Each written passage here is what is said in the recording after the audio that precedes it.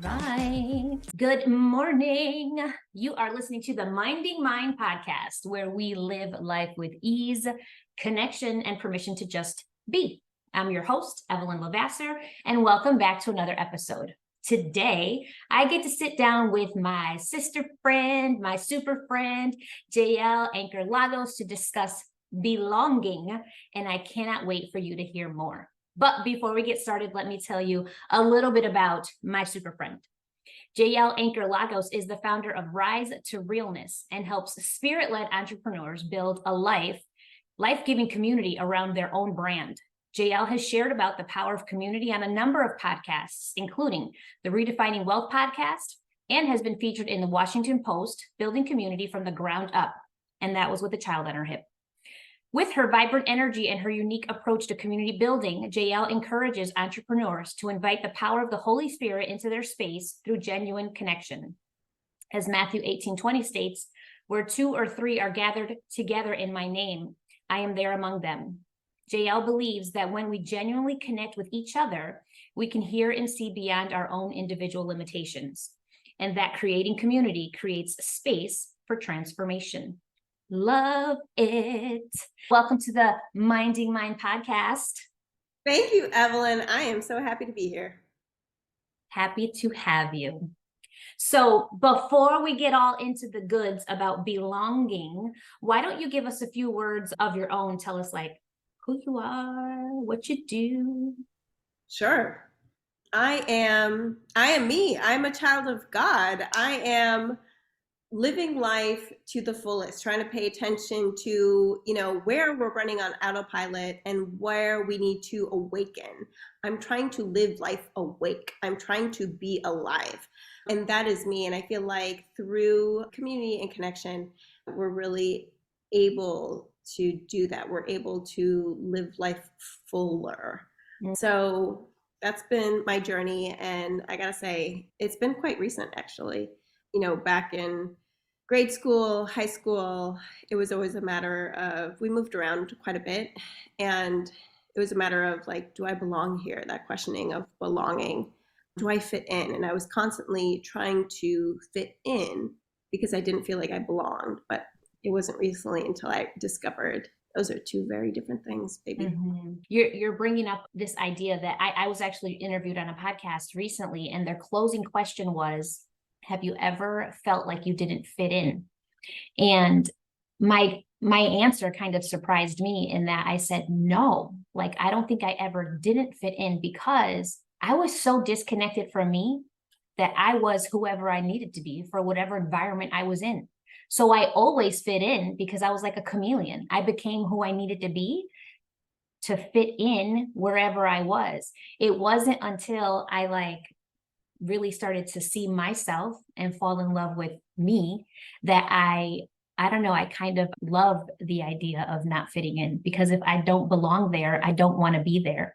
Girl, what you said about the chameleon, that part 100% resonated, because yes, I was very easily adaptable into different circumstances, right?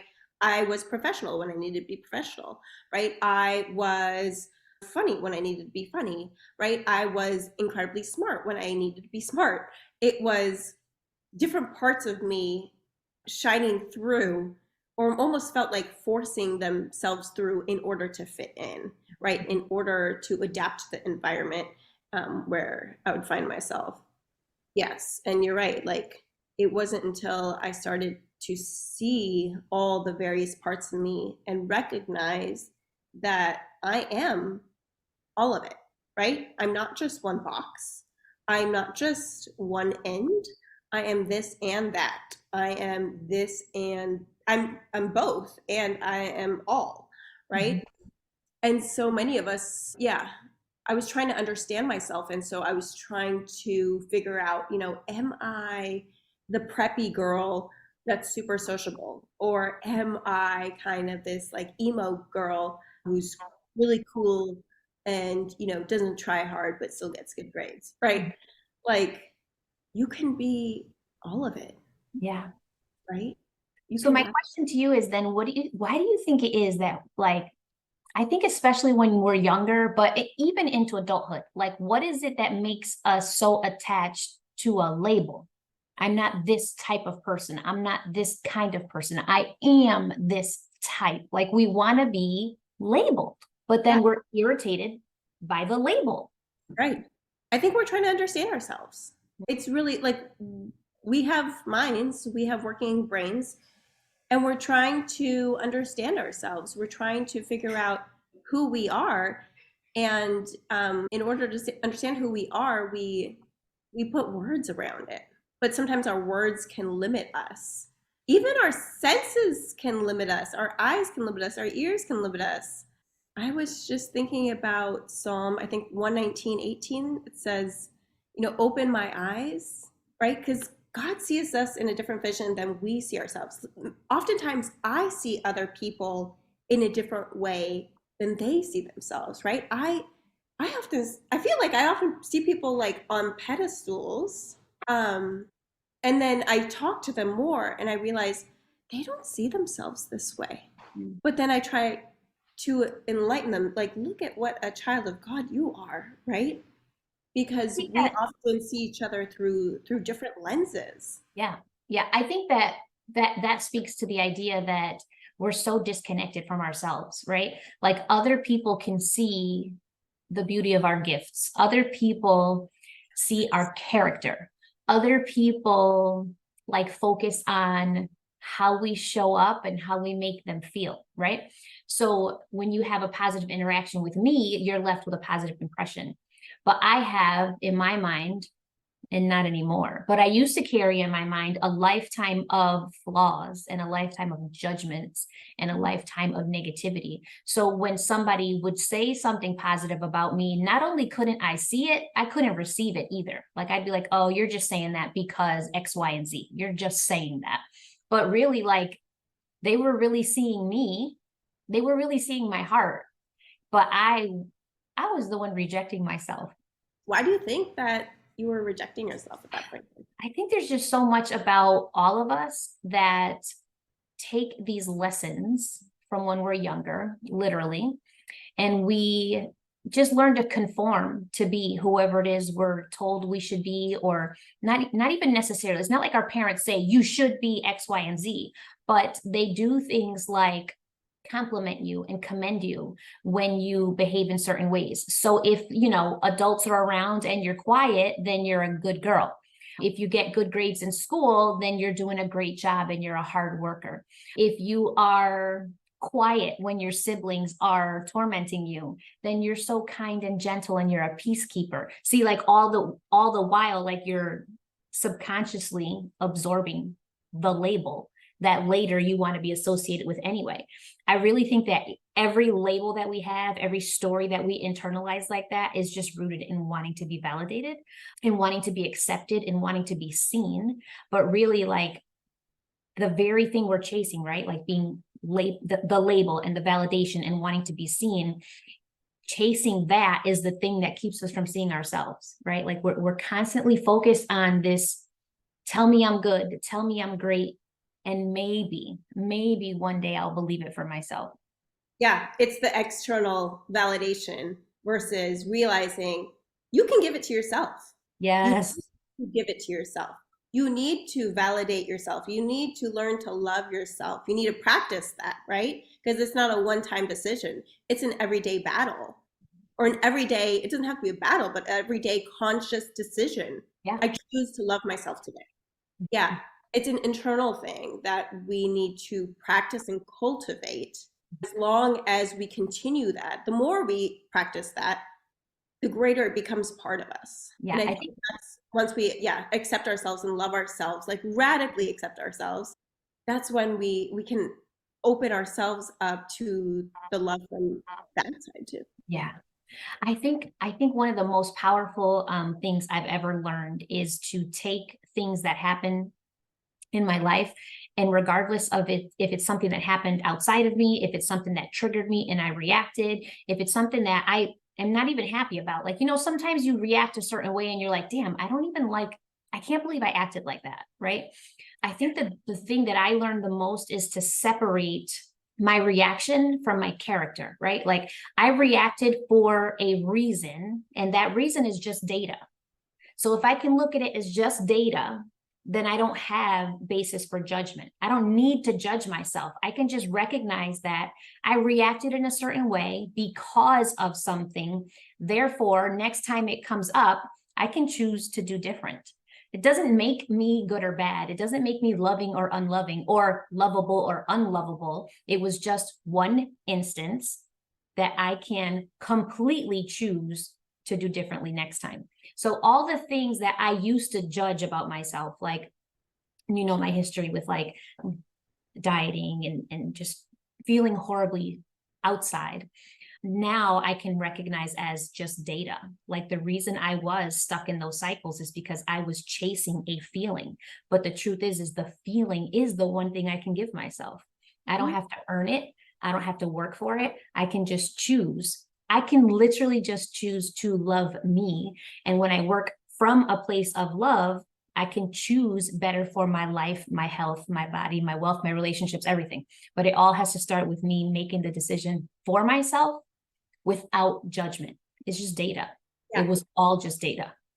I was just talking about this yesterday about how we really have to start learning to stop judging and stop criticizing ourselves, especially parts of our past that we can't change, right? Sure, 14-year-old, 17-year-old self made that decision, and perhaps your current self wants to forget it, right? Like, I don't want to talk about it. Like, I don't want to go there. Like, I wish I would have made better decisions as a teenager, whatever. Those are the parts that we need to learn to accept. But like you mentioned, I loved how you said, use it as a data point. Like, sure, 39-year-old self wouldn't make that same decision, but given who you were, your age, whatever, for whatever reason, you did make the decision. And what can you do there, right?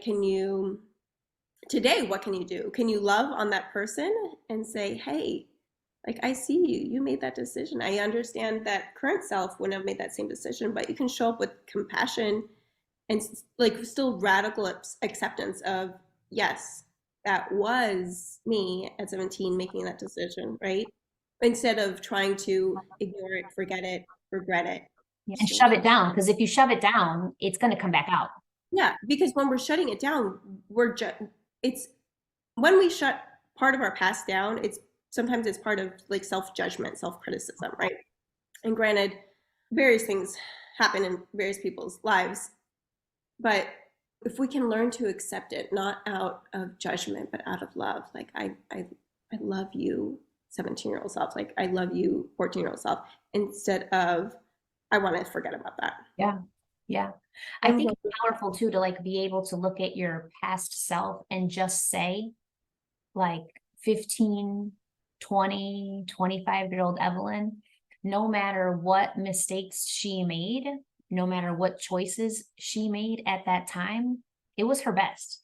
Like, I don't think there's one human being. I mean, unless we have like some really rare cases, but I don't think there are human beings that wake up and say, oh, I cannot wait to get it all wrong. I cannot wait to make these terrible mistakes that are going to make me feel like shit. I don't think that the people wake up and do, right? Like you don't wake up and say, I cannot wait to get it all wrong today. You're always just trying your best. And I feel like for me now, one of the things I can say is that there's days that I show up and I have high energy and I'm impactful and I'm productive and I'm just killing it. I'm holding all the space for all the people and I'm killing it. And there's some days where I'm so tired and I'm so drained and I'm just sad maybe. And laying on the couch and not falling apart is my best. And both of those days, I'm equally worthy of the compassion that it takes to continue on. Both of those days, I'm still enough. Both of those days, I did everything in my power to be who I needed to be for that moment. Absolutely. No judgment. One day is not better than the next, right? No judgment. Yeah, because if we are thinking like, oh, like all I could do today was like sit and read on my couch, then we're judging ourselves to another day where perhaps we were incredibly productive. But like if there's no judgment, if we learn to live with no judgment, right? then it's acceptance of I did my best. I did my best. Because you're right. Nobody wakes up and says, like, I can't wait to make a bunch of mistakes. Yeah. I think there is power in trying things and willingness to fail, but not because you're not trying. Right. Right? We can learn from failure. And honestly, I feel like if we're not failing at all, we're not taking big enough leaps of faith. Yeah. But I think the key there is to fail, right? Without judgment of the failure. Like, it's not that not succeeding at something means that I'm not worthy of a better outcome. It just means that I learned what didn't work and now I need to try something else, right? But to keep choosing to try. Yes. I love that. So I know we got a little bit off topic, but tell me a little bit about like, what do you feel like your journey was like from moving around all the time and not feeling like you fit in technically, or trying to fit in all the time? What was it like to actually, like, I guess, come home to yourself? And then how did that kind of prompt you to start creating communities for people to feel the thing that you always wanted to feel? Yeah. So, when people ask you when you're little, like, what do you want to be when you grow up? I would always say, I want to be a mom. I just want to be a mom. Like, I loved playing with dolls. I would have played with dolls probably through high school if it was socially acceptable. But because I was trying to fit in, I didn't. Yeah. But yeah, just constantly trying to fit in, but with that goal in mind, right? I want to be a mom. I really want to be a mom. After various miscarriages, finally had my firstborn. And I thought it was going to be like fairies and rainbows. We brought him home from the hospital, and I was thinking, like, how do they just let us take a baby from the hospital? This is so weird. You mean there's no adults coming home with me? Like he comes with no instructions? Like, what the hell are we supposed to do? A guidebook? Something? Like, they trust us? Like, to just take a baby home? Like, Yeah. like I didn't see him as ours, right? And I remember, like, those first few weeks being so hard. I just looked over at him at one point and I was like, oh my God. 1 week went by and we both survived. And I didn't want that feeling. I didn't want that, like, heavy feeling. I was like, how have generations of people reproduced if this is what they're experiencing, right? That like heaviness. Motherhood wasn't what I thought it was going to be. And so I had to do something different. Finally, I realized that there was a group that was meeting at the hospital. Every Wednesday at noon, we'd sit around a conference room on the dirty old carpet, and we'd just sit there with our babies, and we'd go around the circle and check in. It was so simple, but it was everything. It was everything, because we were all experiencing motherhood for the first time. And we would laugh and we would cry. And oftentimes we'd like get lunch together afterwards, or we started to hang out more and we started to raise our kids together. And so that was the first time I really realized like the power of community, how it can pull you up and out of a dark place, how it can help you through transitions, how things can come out of it that you never would have imagined. And so from there, we ended up moving from where our firstborn was born. And I just continued to get involved. Like, I'm an introverted self. I know I don't always come out that way, but I am. Like, on my birthday, I just want to sit in my room, drink my cup of coffee, and read a book. But I realized that I have to step out of the box in order to be fully fulfilled, in order to grow and expand myself, in order to find support through life's tough transitions. I have to reach out and connect with people. Life is not meant to be lived alone. I mean, God created Eve for Adam, right? God created billions of people on earth because we're meant for each other, because we're each a unique piece of the puzzle. Like, if you think of life as this big puzzle, and each one of us were an individual, unique piece. We need each other in order to complete the puzzle. And we cannot try to be somebody else, because when we try to be somebody else, we would have two of the same pieces.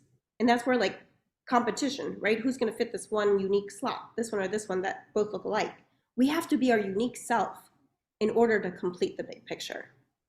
I love that visual. Yeah. And so I started getting involved in a lot of moms groups and realizing, again, the power of connection and community. Got involved in our kids' school and started building an awesome community there. Then looking at like the neighborhood landscape in DC, yeah, building community there. Mhm. So, and at church, building community there. And I realized then COVID hit, right? Yep. And I was like, all of a sudden, everything stopped. But soon enough, I realized you can develop genuine connection online and really focused in on that. And how is it possible to develop genuine connection and build that sense of community? And there are, yeah, definitely certain components that I feel like help communities thrive. You know what? I find that, and I feel like every time I speak to someone that is doing something that I feel is incredibly important, right? I always recognize this connection between the thing that we're very passionate about, the thing that we hold like so dearly, right?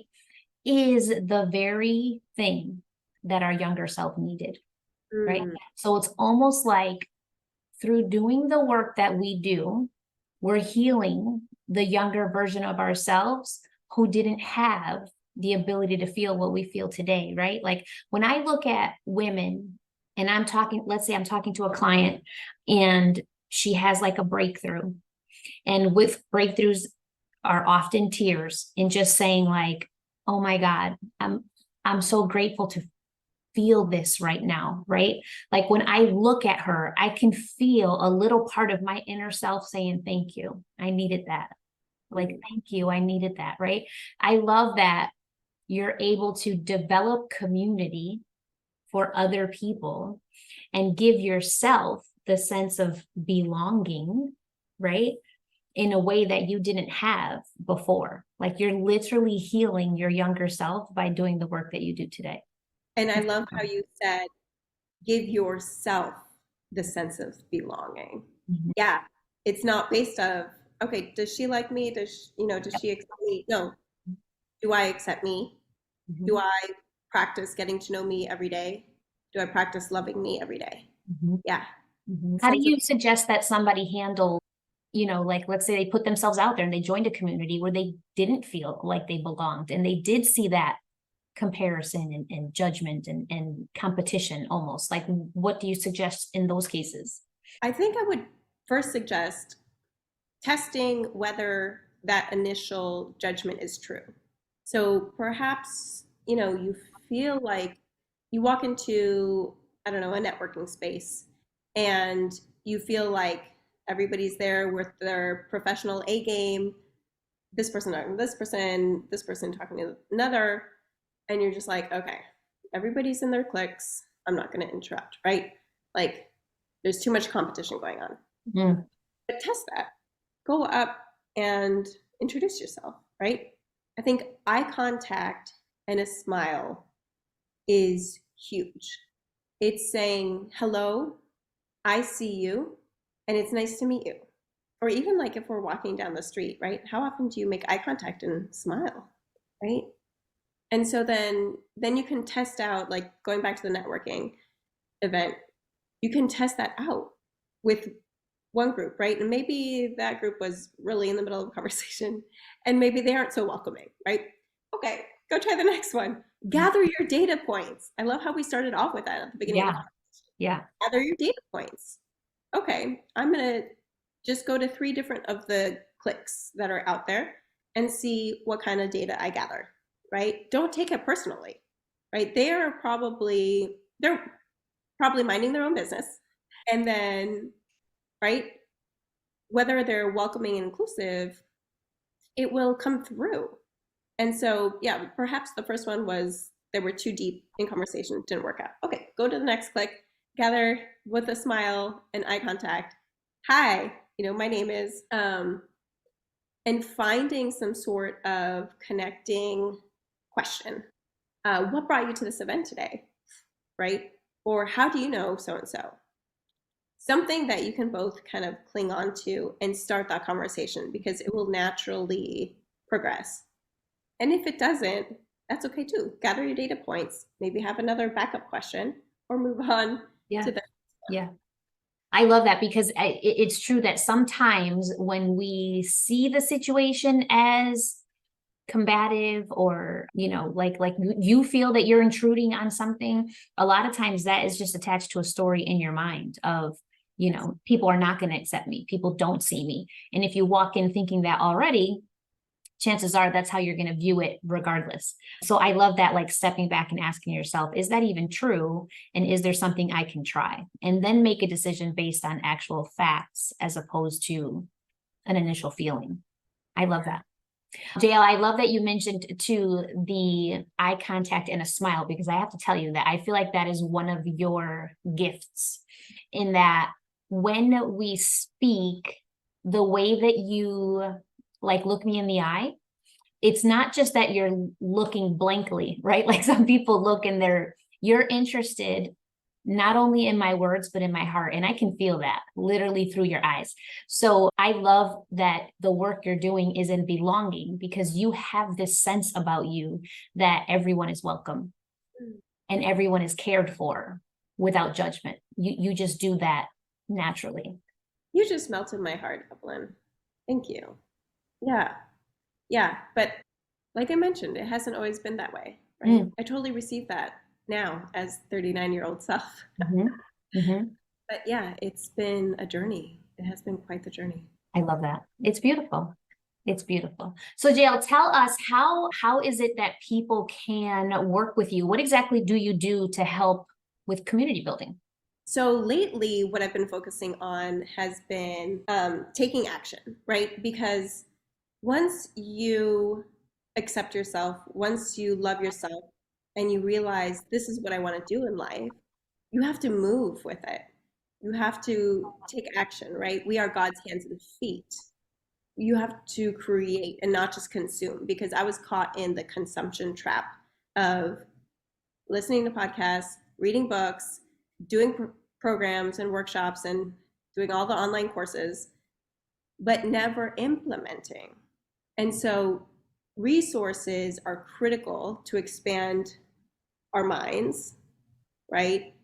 And then we need to put it into action with our hands and feet to expand and change and grow our lives.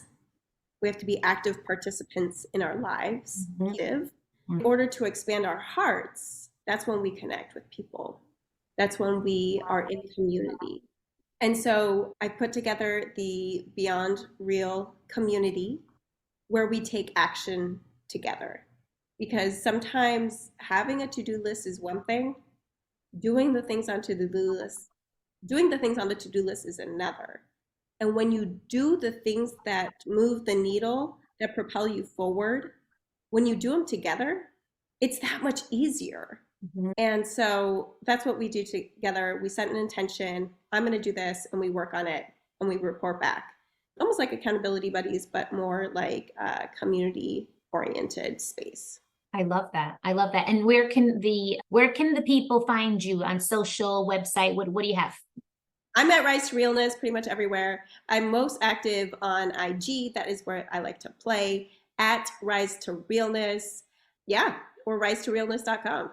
Amazing. Amazing. Okay. So I have my final question before we go. And here in the Minding Mind community, we're all about getting in our business, not about being nosy. Minding your business is not just about that. It is about getting intuitive, trusting your gut, pulling away from like autopilot and living life really on your terms, but really having to release all the thoughts and lessons and beliefs that you had growing up that kind of kept you stuck, so that you can finally figure out who the hell am I, and what can I do differently, because I don't want to just exist. I want to live, right? I want to choose my life. I want to choose my path and write my own damn story. So minding your business, getting in it, doing for you what makes you feel good. How do you think that minding your business for you is changing the legacy you will leave behind? How would things potentially even be different for your children had you not learned to be more intuitive, instinctual? What do you think is different? minding my business reminds me that my life is my life. Right? It's not what my parents told me. It's not what society tells me. It's my life. God gave it to me. And I need to listen to me. I need to listen and to him. Right? And so it helps me focus on what my God-given purpose is. That's what minding my business means to me. And when I'm able to do that, when I'm able to model that, then it shows my children, sure, I want them to do well in school. Yes, I want them to have like rich friendships, and their life is their life, right? My life is my life helps model to my children that their life is their life. So really you're giving them permission to just be. Absolutely. I love that. I love that. Jael, thank you for being here and sharing your beauty and expertise. Excited to have you on. Thank you so much, Evelyn. This has been such a joy. I'm so glad. And everyone else, thank you for joining us both today and tuning into another episode of the Minding Mind podcast. If this episode resonated with you, make sure to either comment, rate, or review, or all three. Your feedback is definitely appreciated. And until next time, go live life on your terms and mind your business. We'll catch you in the next episode.